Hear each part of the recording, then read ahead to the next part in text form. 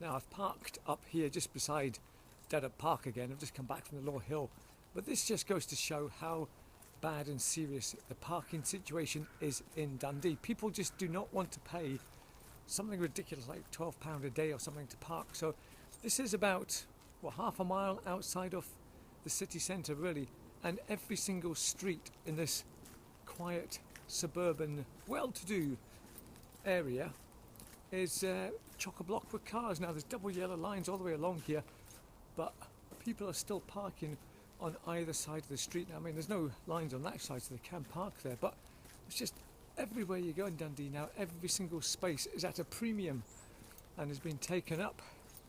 So Dundee Council, get your act together. Let's have some cheaper parking in the centre and more spaces, please.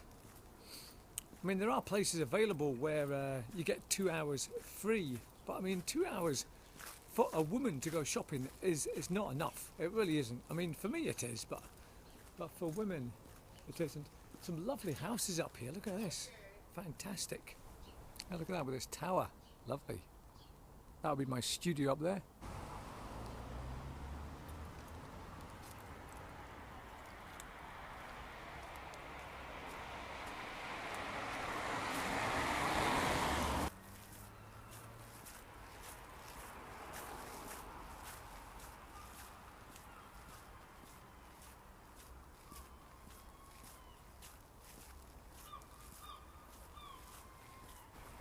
Now, where we are now is the heart of what used to be the old DRI. You can see the sandstone buildings, or the red brick, sorry, I should say, the red brick buildings behind me. It's all been converted into houses now. Most of it's demolished, but you can still see the odd kind of unusual shaped building still around. So this is the DRI that we're basically standing in here.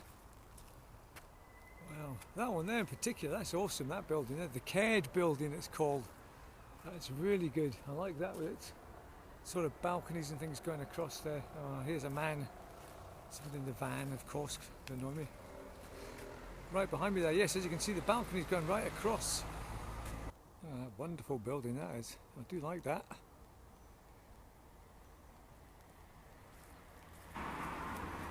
Now this is street furniture, but what it would have been used for was to deflect the wheels of the ambulances and other vehicles to stop it banging against the side of the pillar. It's quite an old one, that, but it's things.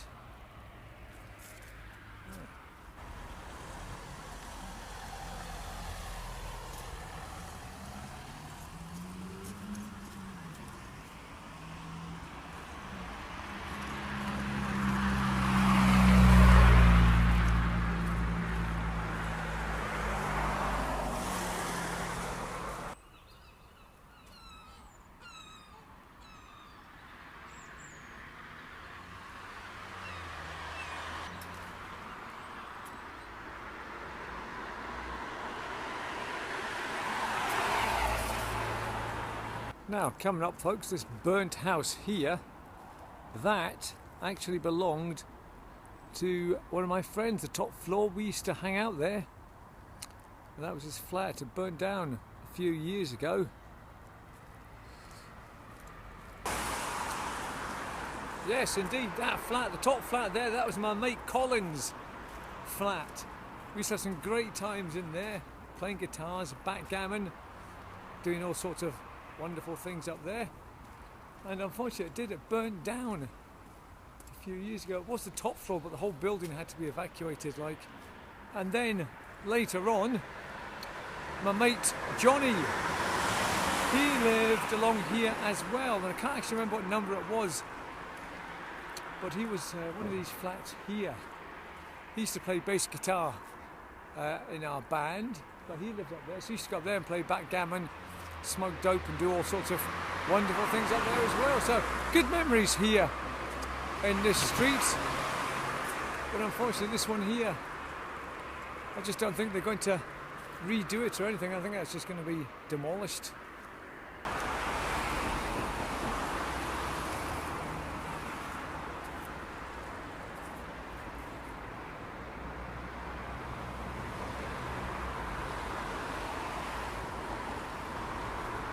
So there's the other side of the building.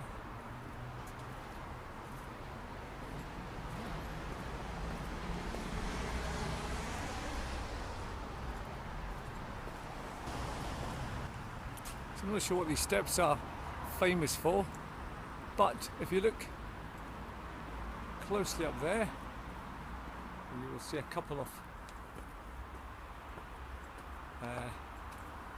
hooks. Right, a bit of a disaster. My phone just suddenly went off and wouldn't come back on again. I think it's too cold for the phone. It just mysteriously went off when I was talking about those hooks. So I've started to come back up the road again.